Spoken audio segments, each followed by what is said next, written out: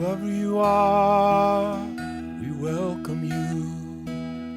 Wherever you come from, we welcome you. Whomever you love, we welcome you. Whoever you are, we welcome you. Wherever you come from, we welcome you. Whomever you love, we welcome you. Whoever you are, we welcome you. Wherever you come from, we welcome you. Whomever you love, we welcome you. Whoever you are, we welcome you. Wherever you come from, we welcome you. Whomever you love, we welcome you. Whomever you love, we welcome you.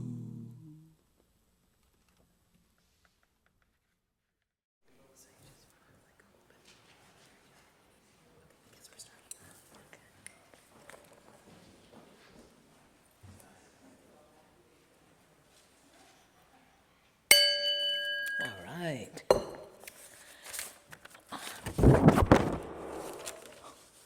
Are you okay? I'm okay. Start with a bang, that's what I always say. As you use, we always encourage change, and so it is with our order of service. Many changes, but all good. Good morning. My name is Phyllis King. My pronouns are he and she, her and she. I am a member of the Worship and Music Committee, and I am your worship associate this morning. I am delighted to welcome you here, whether you are visiting this morning or a regular member. Please check with the greeter if you have any questions. Today, we acknowledge that we are located in a place that was once the Wampanoag village of Patuxent. We strive to follow their example and be faithful stewards of this sacred land. Our service is recorded.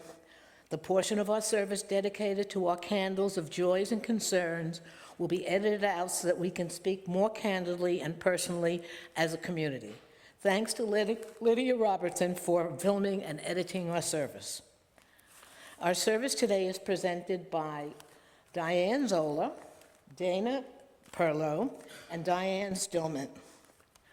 The music our live music is offered by Emily Browder Melville, and the Time for All Ages is being performed by Diane Zola. Because our services vary from week to week, we suggest you visit us again to experience the variety of service we offer.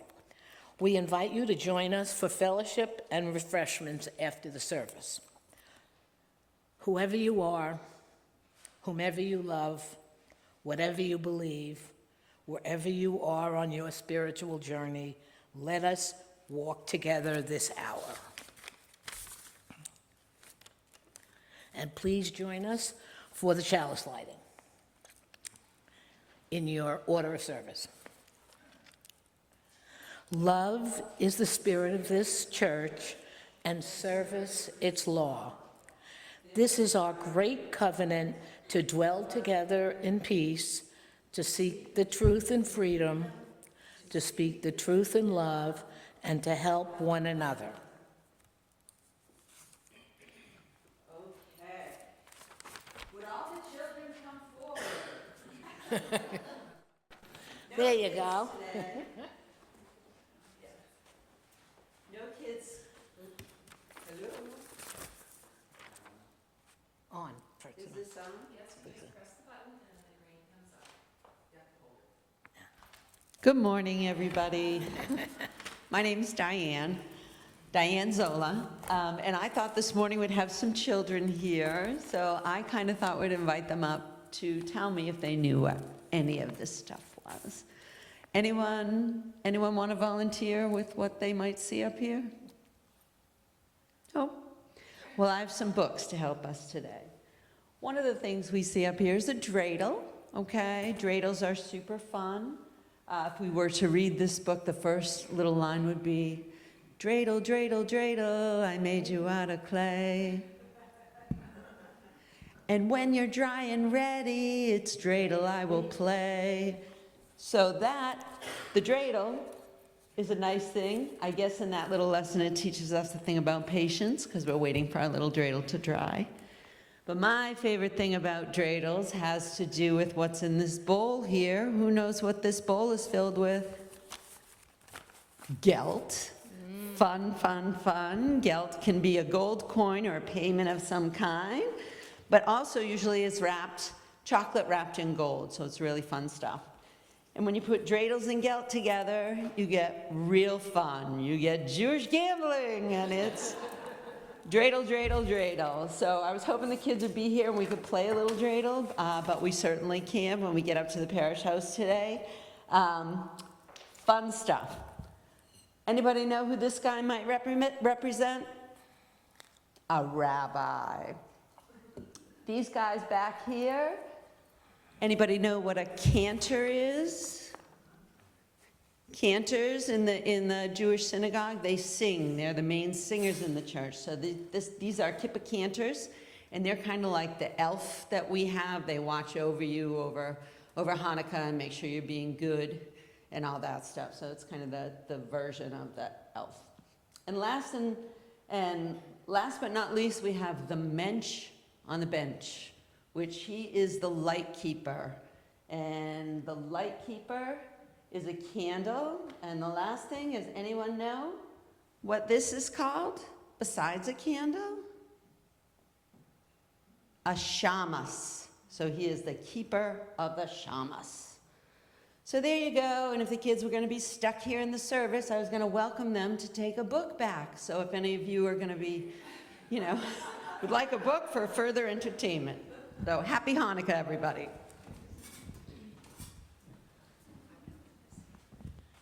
And now we're going to light the candles, and then the shamash, which Diane just talked about, is the one on the top.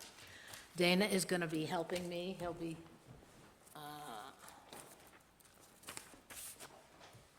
lighting them, and he'll be using the shamash to light the rest of them.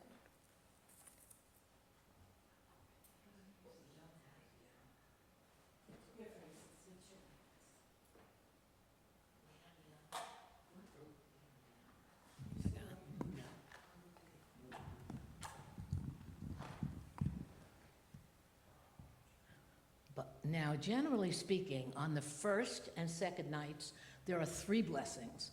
But tonight is the 5th night. Well, tonight will be the 5th night. So we're only going to do the 2 blessings. Okay. Baruch atah Adonai Eloheinu melech haolam asher kiddushanu b'mitzvotav v'tzivanu lahadlik ner shel Hanukkah.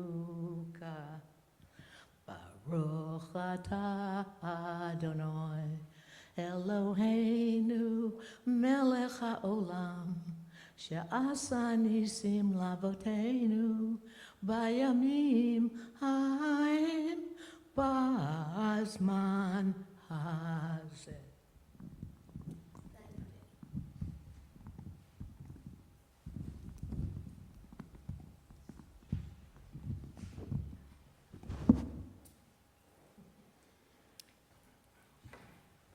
For the hymn 184, Be Ye Lamps Unto Yourselves, I'm going to teach it to you, and we're just going to sing little phrases back and forth, and it's really, really lovely. It goes like this. Be lamps unto yourselves. All together. Be lamps unto yourselves. And then be your own confidence. All together. Be your own confidence.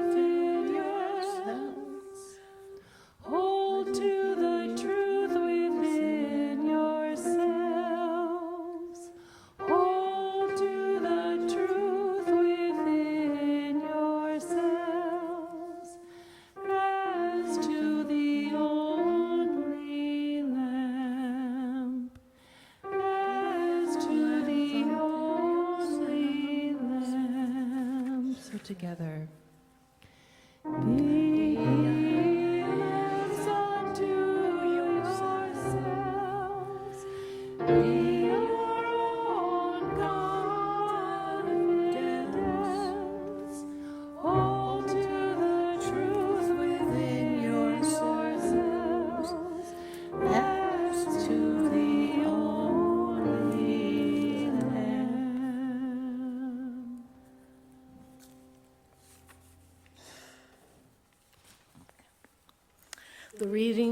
One of the readings today is A Hanukkah Prayer for a Time of Darkness by Marla Baker.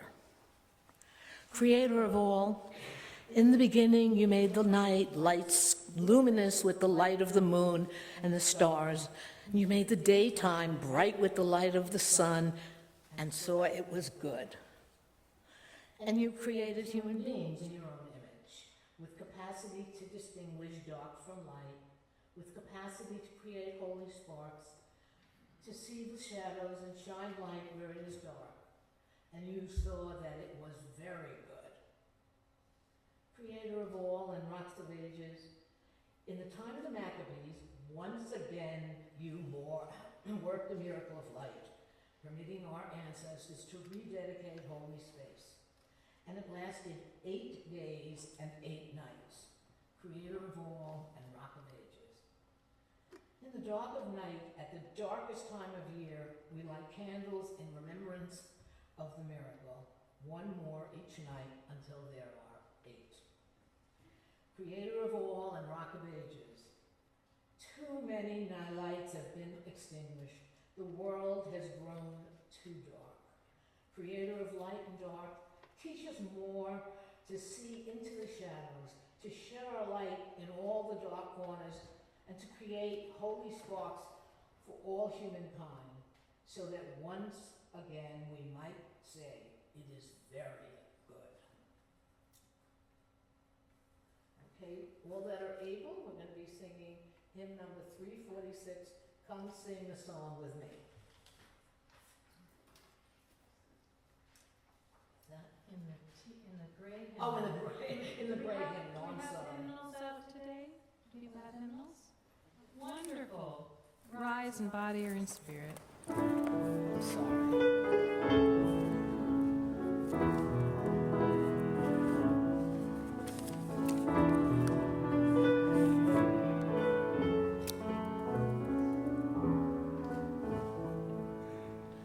Come sing a song with me, a song, sing a song with me.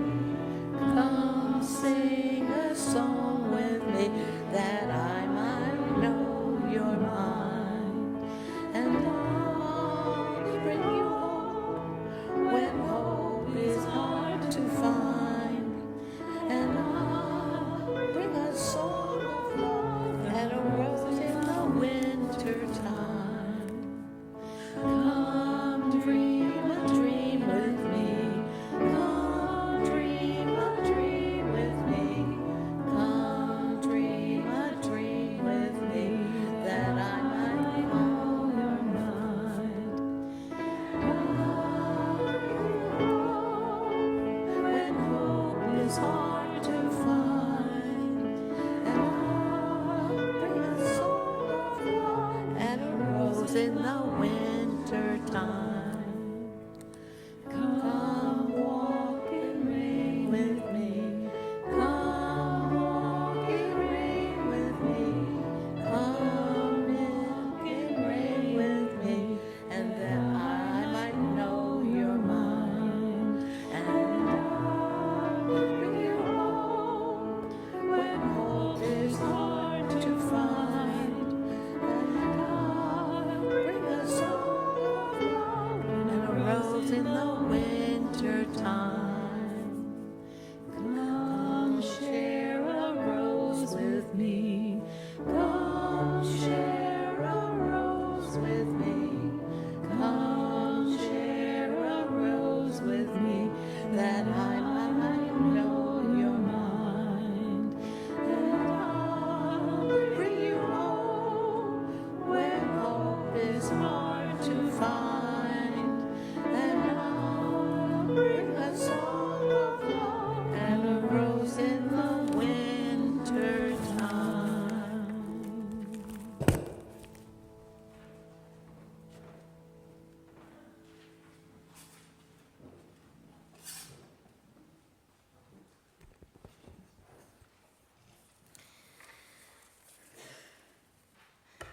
The next reading is Miracles by Walt Whitman. Why, who makes much of a miracle? As to me, I know of nothing else but miracles.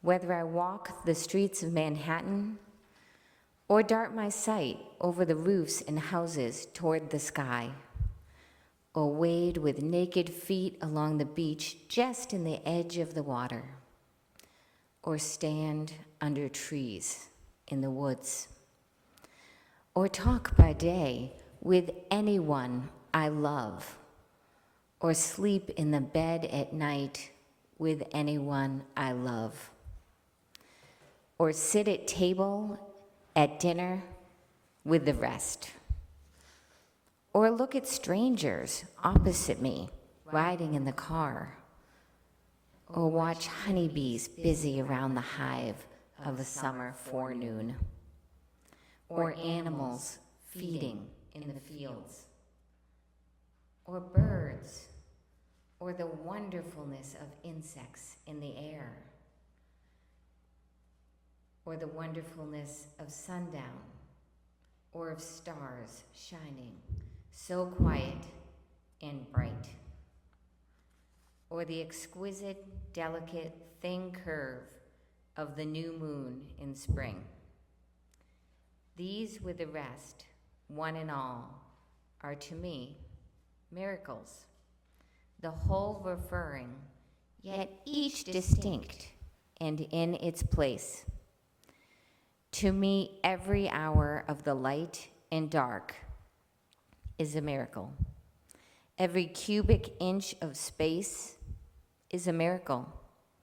Every square yard of the surface of the earth is spread with the same.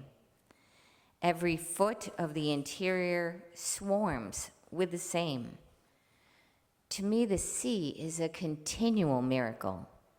The fishes that swim, the rocks, the motion of the waves, the ships with men in them. What stranger miracles are there?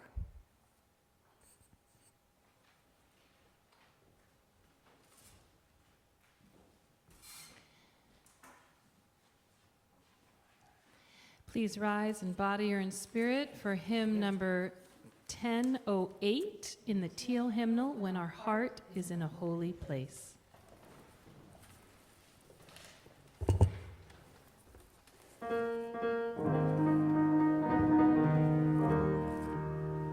When our heart is in a holy place, when our heart is in a holy place, we are blessed with love and amazing grace. When our heart is in a holy place, when we trust the will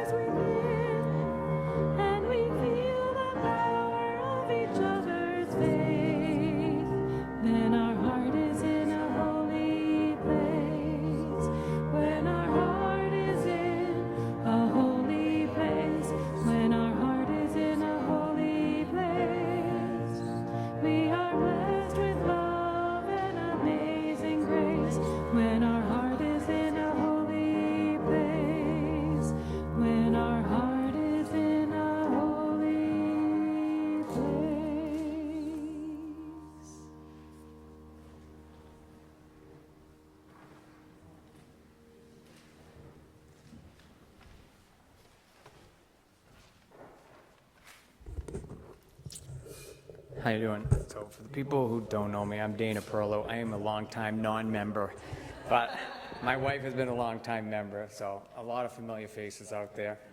So when Diane came and asked me and said, would you like to do the sermon for Hanukkah? I was like, sure, absolutely. And I was hoping to razzle dazzle. But Hanukkah is kind of a second-rate holiday, I'm sorry to say. It's still a good holiday, but in the big grand picture of Judaism, it's kind of second-rate.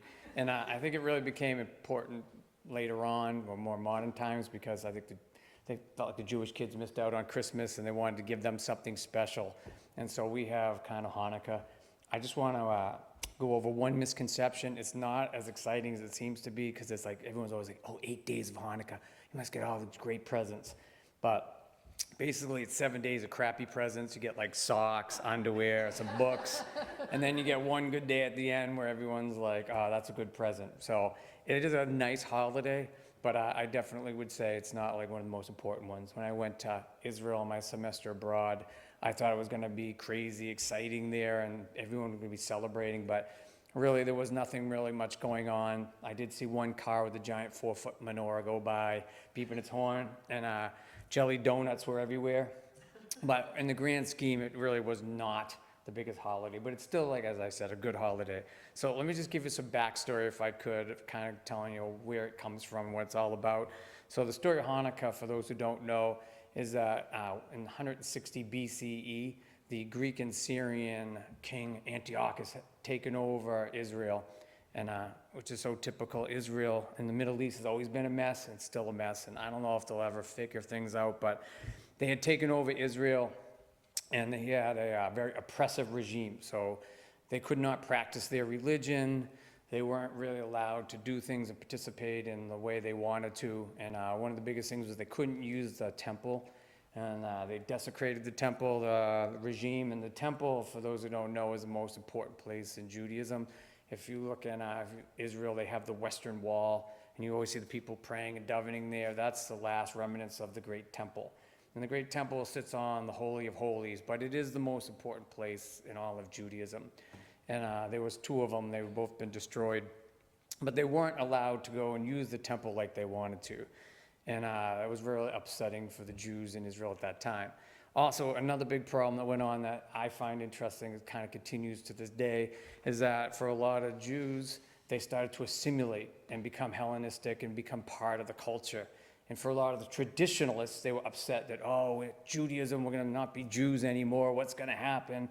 There'll be no Jews left. And I know I'm part of that 2,000 years later, almost the same argument. I still hear it, and it's been in my house and in my family. When I met my wife, she was an awesome, beautiful, great person, but she wasn't Jewish. Hey? So I've been part of that whole kind of conversations 2,000 years later, and still goes on. But so there was a civil kind of war going on at the same time between the traditionalists and the people who became like Hellenistic. So eventually, though, the traditionalists under the Maccabees, after 3 years of fighting, will defeat the Syrian Greek Antiochus, and they will remove them from the temple. So they needed to rededicate this defiled temple, the most holy of places. So they needed to light the menorah. And the menorah I'll talk about in a few minutes. It's really kind of an important symbol. So in order to light it, they needed in this temple the blessed oil. You couldn't just have regular old oil. You need to have blessed oil. And there's only enough oil to light the menorah for that one day. So they light the menorah, and it's a miracle. It lasts for 8 days. And that gives the rabbis enough time to make more oil, to bless it, press it, and then put it into service and burn the candles and get things back in action full time and full throttle. So usually going back to the menorah, it's usually a 7-prong menorah, and I'll talk a little more about it, but now it's an 8-prong menorah for the holidays because of the miracle of miracles. We have 8 days of light that we got that was important. So that's kind of where the menorah and the story of Hanukkah comes from. So I just want to go, I think there's 2 big images or 2 big symbols I think are important from Hanukkah. The first is the oil. So that's why you see people will cook potato latkes, and jelly donuts are important because they're cooked in oil and they are sweet. It's just the jelly donuts are supposed to have it. We'll talk about a little more joy and good things in life. But the most important symbol, I think, is the menorah. And the menorah represents the original menorah that it's those 7 days that God created Earth, but it's supposed to also represent resilience and that we don't give up and that we can continue. And the most important thing is that it represents light and darkness. So I think for me, when I look at the menorah and I think about Hanukkah, I think about the menorah and kind of what the light really means, because in darkness, light is what's the beacon of hope. And hope is important, and I think it's one of the things that will keep us going. So not only is it a beacon, but it spreads out light into the darkness and hopefully protects us from things of hatred, and bigotry, and anger, and violence, and things like that. And light brings us important kind of a thing in darkness that we need to keep our eye on. So for me, I think the menorah ends up being an important symbol, that we do light that menorah and we do have this lightness at this time. And I think for me, in the next 4 years, it could get a little dark out there. And so I try to think to myself that there is light, there is good people, there are good things. And I think the other great symbol behind it means that we should be joyous. So even though there are times, and times are difficult, and times are bad, we look at the menorah and say to ourselves, we can enjoy, we can have joy, we can have hope. There are good things, there are bad things in life, but we need to enjoy and remember. So I think that's my message today, just to remember that there's a lot going on in life. There might be darkness and bad things happen, but you got to take the time to have hope, and you got to take the time to have joy in your life. And so I think that's really what the meaning for me and what the meaning for a lot of people is for the menorah and Hanukkah. So thank you. That's my big speech.